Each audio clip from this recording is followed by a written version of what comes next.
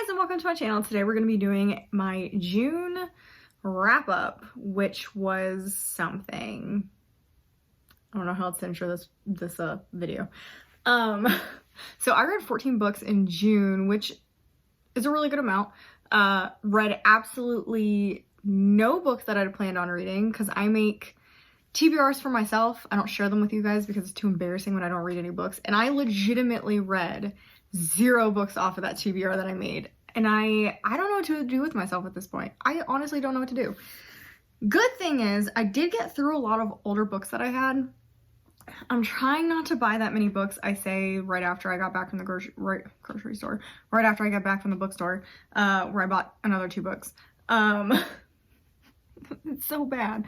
I'm trying to get through more books on my shelf than what I buy. I'm trying to finish. I set goals in my reading journal, and one of them is get through all of my backlist books that I've had for years. Yeah, it's halfway through the year. I'm not even close. I have been doing better than past years, though. I have been doing better, so I will give myself that. Anyway, like I was saying, I read 14 books, no 1 stars, maybe a couple 5 stars, maybe 1. I'm trying to look at the stack and I'm seeing what was a 5 star. Maybe 1. I would have to look up in my book while we're going through. I really didn't prep for this because I kind of wasn't planning to do one, but then I was like, you know what, let's go through the books that I read. I read a lot, so we're gonna go through that. Last month, or last wrap-up that I did, I don't even remember when the last wrap-up I did was. I think last month. I did least favorite because I had a couple DNFs to favorite. This month we're going to do order that I read by because it was kind of a toss-up of a month, so we're just going to go in order because these books make absolutely no sense. There is no rhyme or reason for what I read this month. Anyway, let's get started. The first book that I read this month is Bare Bones by Kathy Reichs. I have been slowly working through this series. I pretty much pick up one of her books from the series when I get bored of reading other stuff. These are actually really good books to get you out of book slumps.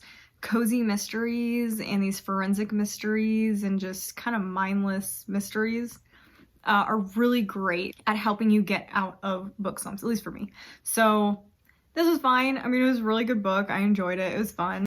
I don't rate them because these are just for my enjoyment. If you don't know anything about the books, they're not even really close to the series of Bones, but this is the book series that inspired Bones. The main character is Temperance Brennan, and the entire series just follows her life. She's a lot different than in the TV series. It's kind of just about her life and her solving these forensic cases, and that's it. Each book is a different forensic case, and they're really interesting. They're fun.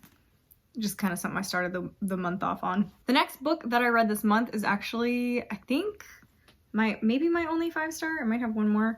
And it is Hidden Pictures. I loved this book. So I actually have a review out if you want to go watch it. I'll link it down below. This book is a thriller horror book that follows our main character, who was a drug addict at one point in her life, who is now sober and looking to restart her life. So she takes a nannying gig of this little kid, and strange things start to happen around the house, and she notices that the kid's imaginary friend may not be so imaginary after all. But yeah, I really enjoyed this, and this has like really good ratings. Everyone seems to enjoy this book. I've only seen a couple people who said it was boring. It is a little slow, and it can be a little predictable, but I really enjoy this. It was really fun. This is good for beginner horror people who maybe don't know if they like the genre yet. It's more supernatural thriller to me. So if you're interested, I would definitely say pick this up. The next book that I read, and we are continuing on the horror theme for now, is The Mary Shelley Club. This one has been on my shelf for a while, and this is actually one that my husband picked out. So sometimes when I don't know what to read, I'll say, go pick a book from the shelf, because most of the books upstairs I haven't read, while most of the books downstairs I have read. So I was like, okay, go to an upstairs shelf, pick a book, let me read it. So he picked out The Mary Shelley Club, and I'm really glad he did. I don't know why I was putting this off so long. I think I read the first chapter and I wasn't super impressed. So I put it off, and I kept putting it off, and I kept putting it off because I kept getting more books that I wanted to read more than this. So we finally picked this out and I read it and I really enjoyed it. It's kind of like so it's a young adult horror. I gave it about 4 stars, which is really good for me. So I definitely enjoyed this. I liked the characters. It's about a girl who gets involved in a secret club at her prestigious high school where the kids watch horror movies and they play pranks, even though they don't like to call them pranks. They pull tricks on people as part of their like membership to the club, but some things start going wrong with the tricks that they're pulling and real lives are at stake. So this is fun. I actually didn't expect some of the twists. There is even a possibility, I don't think they've announced anything, but this could evolve into a series. They left it. It's definitely not open-ended. It's not open-ended. It wraps up, but there is a capability for more books to be in this like story. So I think that's really cool. I would definitely read something if they came out with more. So yeah, I really enjoyed this one and I'll probably pick up more stuff from this author whenever they come out with anything, if it's horror, because you know, when you write different genres, it can come out different. But if they write another horror, I'm probably definitely there. After those 2 horrors, we kind of changed pace, and the next book that I read was The Spanish Love Deception. This is a soft 5 stars. It's a 5 stars because I absolutely enjoyed reading this book. It was so much fun. It gave me warm and fuzzy feelings. I was laughing out loud at some points. It was just a fun book. I wouldn't call it anything deep. Like, there's nothing real that deep in this book. So The Spanish Love Deception follows Catalina, who needs a fake date, love that trope, to her sister's wedding in Spain, and her coworker that she absolutely cannot stand volunteers for the job. So it's, oh my gosh, it is a great enemies to lovers romance. There's a lot of angst, pining, jealousy. Oh, it's just fun. It's just a fun book. If you like fake dating, enemies to lovers, romance in general, it's a fun book. Like I said, it's a soft 5, nothing too deep in this book. Catalina, the main character, can get a little annoying, which is why it's a soft 5. But in general, it's fantastic. And I love Aaron, the main love interest. He is amazing. I was really glad that I read that book before starting the next book, because the next book could have put me in a huge reading slump if I hadn't read something really good beforehand, and that is The Book of Night by Holly Black. Oof. This book has yet to be rated for me. It depends if this will have a series. I also have a book review / awful reading vlog on this. I have not attempted a reading vlog since I tried that. I still need to figure out how I want to do them. But this is a 2 star if it is a standalone. If it is a series, which it kind of seems like it will be, it is a 3 star as long as the series gets better. This makes sense if it's part of the series. It does not make sense if it is a standalone. There's not enough information in this book. There's a huge cliffhanger, etc. So if you don't know anything about this book, which would be shocking, this is Holly Black's latest release, and it is a dark fantasy, almost urban, adult fantasy book. This follows our main character, Charlie, who is an ex-thief, kind of. I feel like thief is not enough to what she is, but she's basically a felon. She's an ex-felon who stole stuff for a living, and at the point in the book that we are at, she's trying to straighten out her life. She's got a job as a bartender. She's got a live-in boyfriend, and she's also taking care of her little sister. But they live in a world where power comes from shadows. So your shadow can be traded, it can be stolen, it can gain power through certain ways. Some shadows can separate from their humans and become these evil spirit things. So there's a lot of like backstory that wasn't really fleshed out that much. That's one of the issues of this book. I'm not going to get into that. But I don't know. It was just a huge letdown. The main character, oh God. It was just so hard to connect to the characters in this. Like I said, if it's part of a series, I can see what the deal is with this book. I can see why she wrote it the way she wrote it. If it's not very good. Not very good. And I have 3 copies of this book, so, because I love Holly Black. So I was expecting genius, and it was not genius. So Here's hoping it's a series. The next book I read was part of my Book of the Month haul, which I get way too many Book of the Month books, but this was Things We Do in the Dark, and this was my most anticipated thriller of that month because there's a couple thrillers that came out for Book of the Month. This was my most anticipated, and it was, I felt, the better of the two. I gave this again, another soft 4 stars. This is honestly one of those books that's really hard to explain. Like, even after I read it, I'm like trying to think of how to word the synopsis without giving anything away, because there's a lot, like constant spoilers throughout the plot, and you follow 2 different timelines, and both timelines are very interwoven between each other, so you have to be really careful talking about each timeline. So in the current timeline, you're following Paris, who is married to a kind of celebrity husband. He used to be a big celebrity, and then he kind of went on break for a while, which is when she met him, and then he's kind of coming back. So he is currently coming back, about to do good stuff. He's a comedian, whatever. Unfortunately, she comes back from a vacation, finding him dead in the bathtub. Oh, so that is surprisingly not a big part of the story until like the end. Like, it's a big deal that she's arrested because she was there at the scene of the crime. She's arrested, and that's like the important part, and then the very, very end is the important part. The rest of the book, the important stuff, is what happens in the past. So in the past, we're following Joey, who's an 8-year-old. I was gonna say, when did we follow her? We followed Joey's life from when she was a kid through certain mysterious circumstances that connect to Paris in the future. Gosh, I'm trying to explain this without giving anything away. That's all I'm gonna say. Past goes through childhood to an event, and then current is Paris dealing with this murder or suicide or just death of her husband. We don't know what actually happened until the end of the book.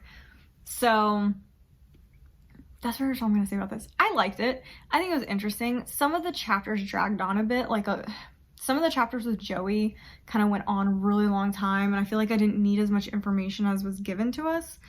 So, I kind of wanted more focus on the present death, Paris's side of the story, and Paris's experience with what was going on, but they definitely downplayed the current mystery. The author definitely focused on the past rather than the present. So I kind of wish more was done with the present. I think it would have been really interesting, because when the reveal happened, it was kind of like, okay. So I needed to like care more about what was going on in the present instead of only in the past. So the next book I read was kind of a break from all these dark things. So I started reading a lot of dark stuff. Things We Do in the Dark, Mary Shelley Club, Hidden Pictures. So I wanted to go with something a little more lighter and way different. So I went way different, and I picked up one of the books I've had for a while from Unplugged Book Box, and it is Queen of Tiles. So this is about our main character, Najwa, and she is a champion. Well, I guess not champion, but she is hugely into the Scrabble world, loves Scrabble. A lot of her friends are in Scrabble. She goes to competitions every year, and her best friend is known as the Queen of Tiles. Like, she's amazing at it, etc. So it starts with kind of giving some backstory that what happened at the last Scrabble competition is her best friend died in kind of a mysterious circumstance, and she hasn't been the same ever since. But now she's decided to come out of her shell again, and has showed up the next year for this Scrabble competition that everyone shows up to. And she kind of has an ulterior motive, though. She wants to know what happened to her best friend, and what happened to her was an accident, or if there was something more devious behind the scenes happening. So it's kind of just basically a Scrabble competition. This is an interesting book. I gave it a 3.5 because it started off really slow, and it took a while for me to get into this. It was just a lot different than what I normally read. It's a young adult mystery, and I have a hard time with young adult mysteries because sometimes it just feels too childish. But this one wasn't too bad. Like, it actually felt like they weren't in a totally adult situation. Like, it felt like kids trying to figure out a mystery that they really didn't need to be involved in. So I kind of liked that because it felt true to what an actual kid looking into a death a suspicious death would be like. So I did enjoy that, but it was very slow at some parts. Some of like you didn't need some of the stuff that was in here, and it was already kind of short. So I honestly don't know what the author could have done differently to make this more exciting. There was no urgency in this book. I didn't feel like something bad was going to happen. It was always just kind of like, oh, we're all talking together. Let's figure out what happened. I don't know. I don't know what I'm saying. Literally don't know what I'm saying. That's all that I have to say about this book. A 3.5. It was fun. If you want a light, fluffy young adult mystery, that's a pretty quick read. I would pick this up. Next book that I picked up is one that I got from a Barnes & Noble sale, and it just looked really cool. I honestly had no idea what it was about other than that it was dark, and I really liked the cover. And then I started hearing people talk about it on reading lives, so I was like, oh, well, let's pick it up. I'm apparently in like a mystery continuation, so I picked up My Dearest Darkest, and I guess this is a young adult horror. It's like a supernatural thriller. I guess it would be horror. No, it would be horror. Yeah, I'm gonna go young adult horror. I got really specific with this. I give it like a 3.8 because I enjoy it better than my 3.5 stars, but I didn't enjoy it as much as my 4 stars. And I honestly don't really remember that much that happened in this, which is not a good sign. I kind of just read it, enjoyed it while I read it, and then forgot about it. So it's fun. It's fine. So this book follows Finch, our main character, and she is like some sort of prodigy music instrument player. I sound like I've never heard of instruments before. I swear I play an instrument, but she plays like the violin, I think, something like that. I'm sorry if you hear a noise, my dog's sitting under me and he's fussing. He hates when I record these videos because I'm not paying attention to him. So anyway, she finally gets to audition for this high school that's for like performing arts, and it's a big deal and it'll help her get into a college later, etc., etc., etc., the normal stuff. Unfortunately, a tragic accident happens and some things happen. I know it's not really like a spoiler, but I still don't want to say it. But things happen, circumstances happen. She creates a connection with this like thing that lives in the tunnels of the school, and because of her connection with it, stuff starts getting weird around school. On the other side, there are a group of girls, including Selena, who is our other main character, who also gets roped into kind of this weirdness that's going around in school. And that's all that I can say, because there's a lot of spoilers in this, and it's definitely a book that I would go into not knowing anything about. It's weird. It's kind of a weird book. It is a horror book, but not like jump out scare you horror. It's like a dread kind of horror, and like people making bad decisions kind of horror that are leading to worse and worse things happening. So I think it's a fun read. It wasn't my favorite young adult horror. I have a lot more that I like better, but it was fun. I do not regret reading this. I definitely say pick it up if you want to try something just kind of fun and weird. Oh, okay. I said that I had no 1 stars on here, and technically it's not a 1 star. It is a 1.5 star, and it is All the Tides of Fate. This is the second book in I think I have it like right here. All the Stars and Teeth, something like that. Yeah. All the Stars and Teeth series. I don't know what the series is actually called. Oh my gosh. I actually enjoyed the first book. I think I gave the first book like a 3.5 stars. It was fun. It was fine. It was pretty generic fantasy, under the sea kind of things. Oh, this book. Ugh.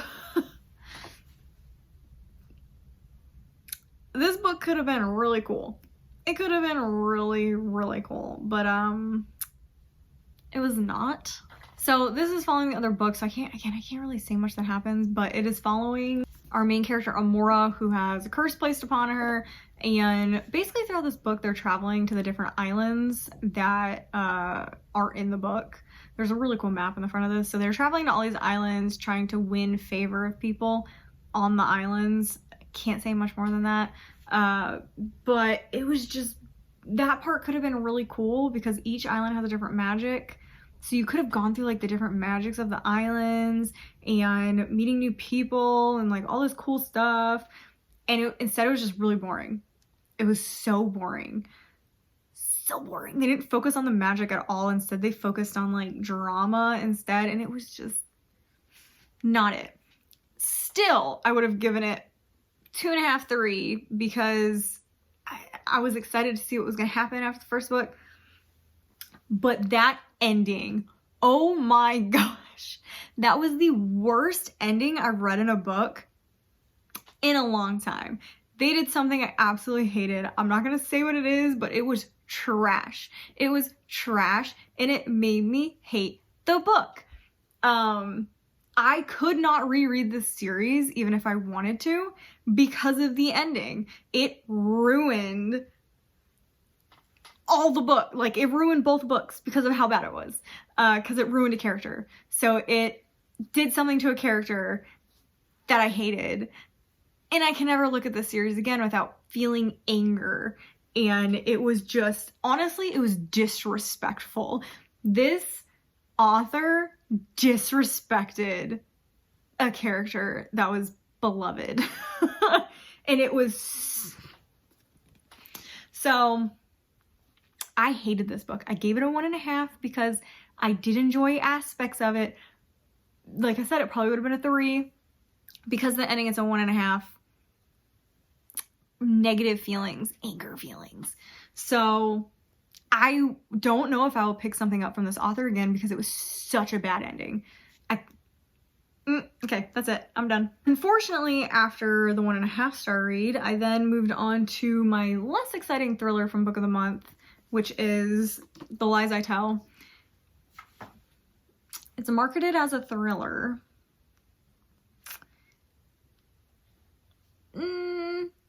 It's more like a drama mystery. I never felt thrilled. Like, if I'm gonna call something a thriller, I want to feel some tension. I want to feel some danger. I want to feel like the main character is gonna get tackled out of nowhere. Nah, this was a mystery, and it was more like a drama between two women and talking about the past. And there was okay, don't get me wrong, I actually did enjoy this book. I gave it a 3. I don't love it as much as it seems like everybody else does, but it was a 3. I had some fun with it. I got bored a lot because it wasn't thrilling and it wasn't what I expected, but I still enjoyed it. So this book, like most mystery thrillers of the current day, is 2 different perspectives. The main characters are Meg Williams and I think the other girl's Kat. I really didn't like Kat's perspective too much because she was really whiny and annoying and she just made bad decisions all the time. Meg's perspective was why it got 3 stars. It's fantastic. Kat's side brought it down. So our main character, Meg, is a con artist, and she has finally come basically full circle back home to con the man who started her whole life down the wrong path. It's really good. Her side of the story is mostly her past cons and explaining why she's the way she is and what she did to these bad men in the past. And I loved that. If this had been, if the whole book had just been Meg's side, I would have loved this book. Her side was so much fun to read, and it was very like girl power vengeance and it's not just like scummy men. These are like bad men. These are men who need to be in jail kind of men. So it was fun. It was fun. The other main character was Kat, and she is a traumatized ex-reporter kind of who is trying to get her life back together. She's got a serious boyfriend, and she decides to she figures out who Meg is and decides to follow her and put herself into Meg's life so that she can get the story of a lifetime and kind of get her career back on track and stuff like that. So it kind of follows Kat trailing Meg and looking like an idiot, in my opinion, and like her life behind the scenes as well, which I just didn't care about. So this is a story about Meg, and it should just be Meg. But anyway, it was 3. It was fun. There were no really twists in this either. That's why I also didn't really call it a thriller. It was very obvious, the one twist, I guess, if you can call it a twist. But I enjoyed it. I thought it was fun. I think this is more for other people than it is for me. So if you like mysteries and you like these, I don't know who to like say to read this, because I don't think it's for intense thriller readers, because I don't think they'd like it.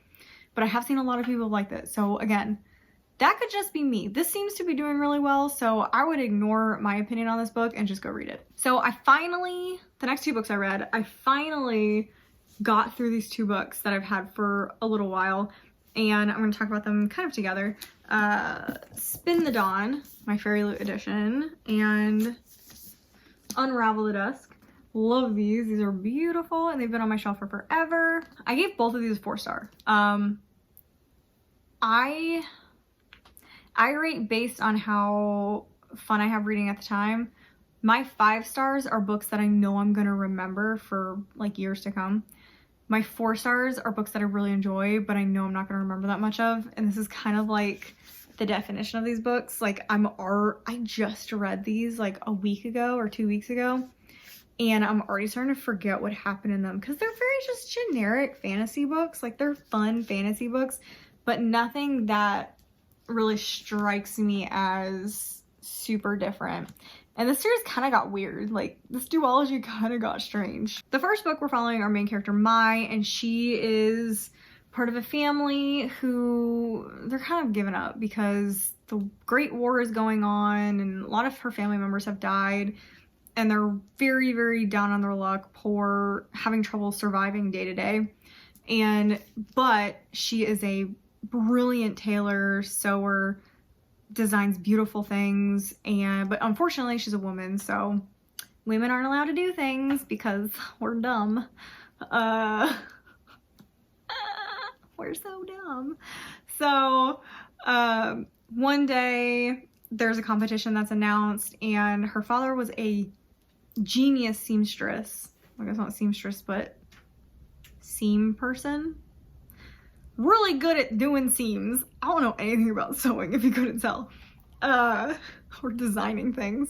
So her dad gets called up to take part in this competition of who is going to be the next Grand Master Tailor to the king and new queen. So the war is over. The king has taken a bride from the other side, and this competition is supposed to bring prosperity to the country and allows the queen to get involved in her new country.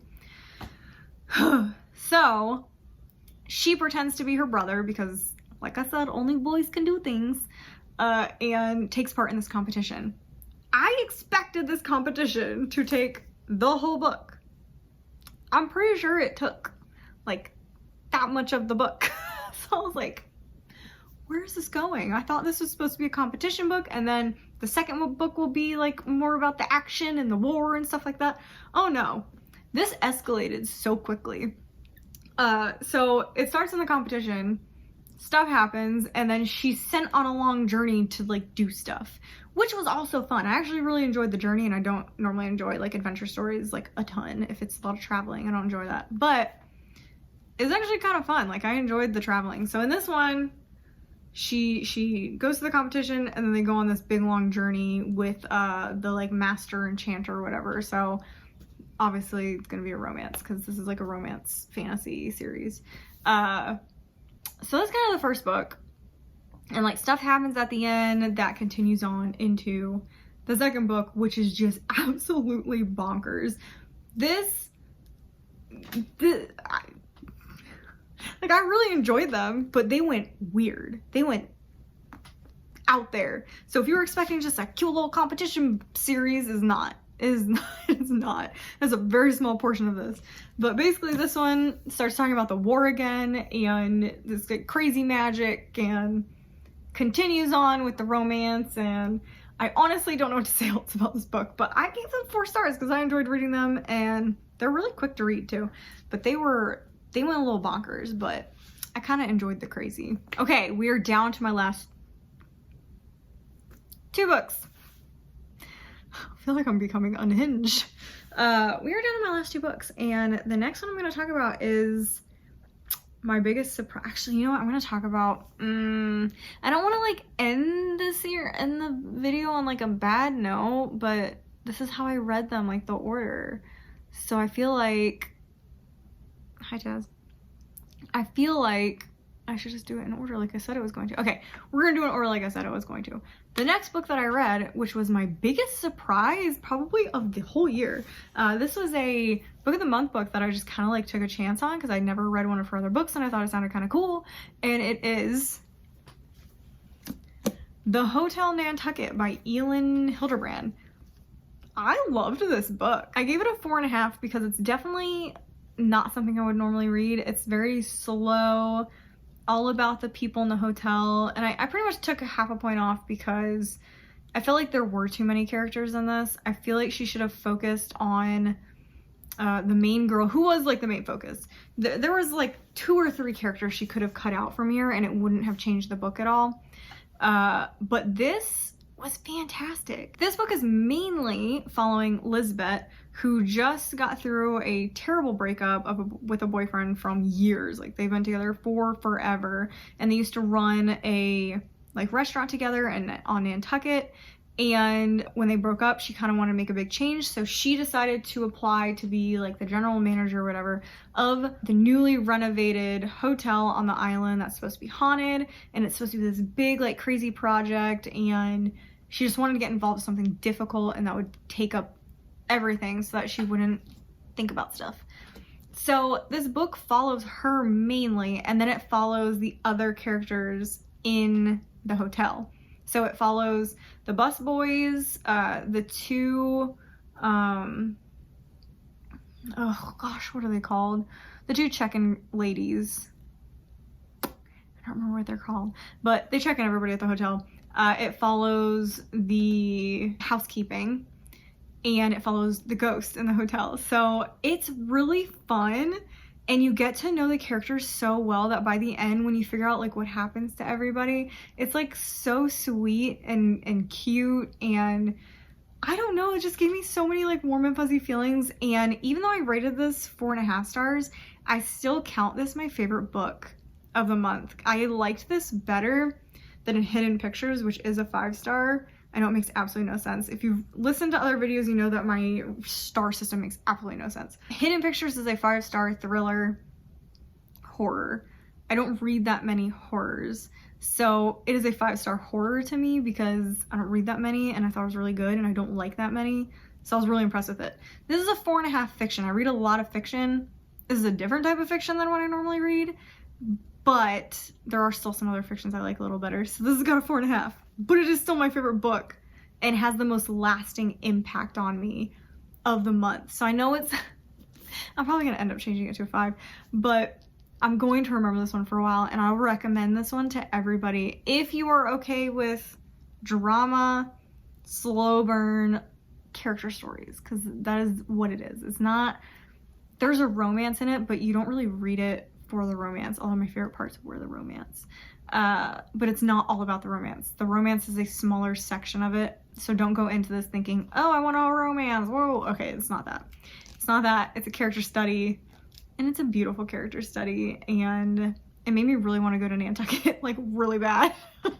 So I loved this book. I thought this was fantastic, and I'm glad I took a chance on it because I wouldn't have read it otherwise. And we're ending, unfortunately, on a sour note. This is the last book I read for the month, and I've had it for a while, and it's part of my favorite series, romance series. And I kept putting it off because I was like, oh, I know I'm gonna love this, so I just want to save it for a time where I'm feeling like really warm and fuzzy and I want to read it. Which is why I read it after the Hotel Nantucket, because I was already in kind of like a little bit of romance mood, and I was enjoying what I was reading. I was like, oh, this is the perfect time to read this. And it fell flat. And it is Portrait of a Scotsman by Evie Dunmore. I loved the other 2 books in the series. I gave both of those 5 stars, and this was a soft 3.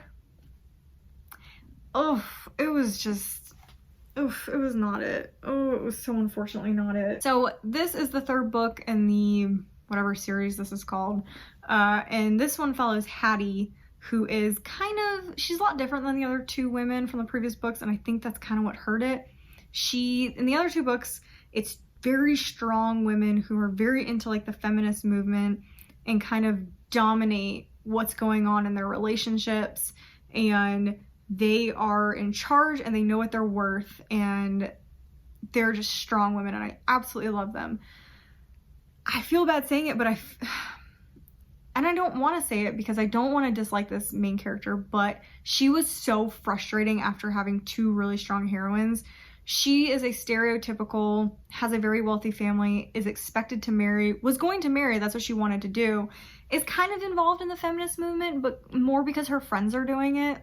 She doesn't really care at the beginning. She definitely has a big change by the end, in my opinion, not enough.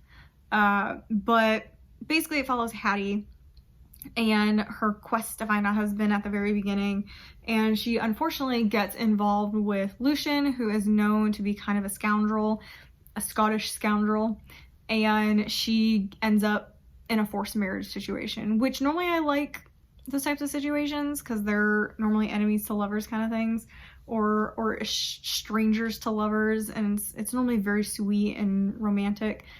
I really didn't like her because she was super annoying and rude and had no idea what life is about, and I get that's because she was so sheltered, but it still drove me nuts. It drove me nuts because I wasn't expecting it.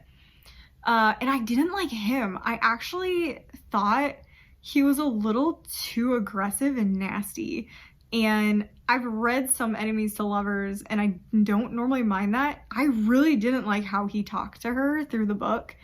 I did not find it cute.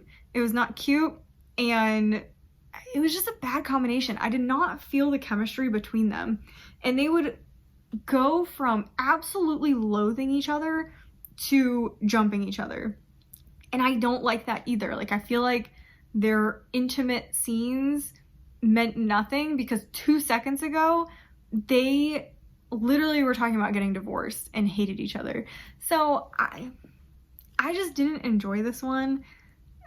I feel like it's because the other two were so good and the characters were so good that this one just did not live up to the character development that the other two books had.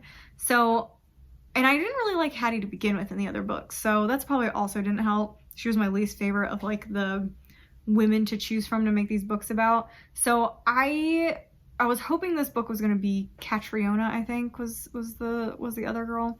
I think that's the next one because I know there is another one coming out. I hope that one's better, has a stronger female lead, stronger, more acceptable male lead. Not acceptable, but I just didn't like him. I didn't like him, didn't like her, didn't like them together.